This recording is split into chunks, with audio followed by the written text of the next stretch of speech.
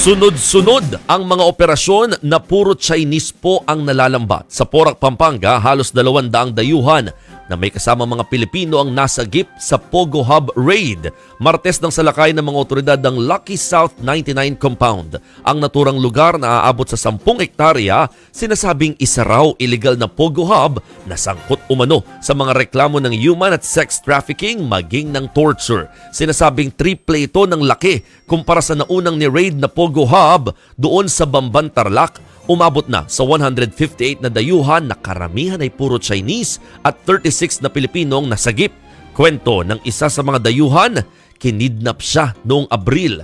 Magbabakasyon lang daw sana ang biktima sa Boracay pero pagdating sa NAIA, nawala ang kanyang wallet. Isang kapwa Chinese ang nag-alok daw ng tulong pero dinala naman siya nito sa Pampanga at doon ay kinulong ng mahigit 1 buwan. Walang makalabas ng compound lalo't hinarangan daw ng kahoy ang pintuan. Nagkasa ng operasyon ng Presidential Anti-Organized Crime Commission o PAOC nang makatanggap sila ng mga torture videos. Isa raw sa mga dayuhang nasa video ang namatay at agad nang pinakremate. Bukod dyan, meron din daw video ng babaeng pinasasayaw ng nakahubad para ibugaw. Git ng abogado naman ng may-ari ng lupa, hindi nila alam na may nangyayari na palang Pogo operation sa lugar. Matagal na rin daw nilang pinapalayas doon ang kumpanya dahil hindi ito sumusunod sa kontrata.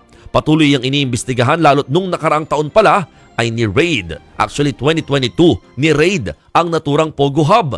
Kasama sa pagsisiyasat ay kung may pananagutan ba ang lokal na pamahalaan. Sa ngayon, bantay sarado pa rin ng mga pulis ang paligid nitong compound. Kahit may bitbit kasing search warrant, hindi nila mapasok ang lugar dahil wala naman daw tumatanggap o nagre-receive nito.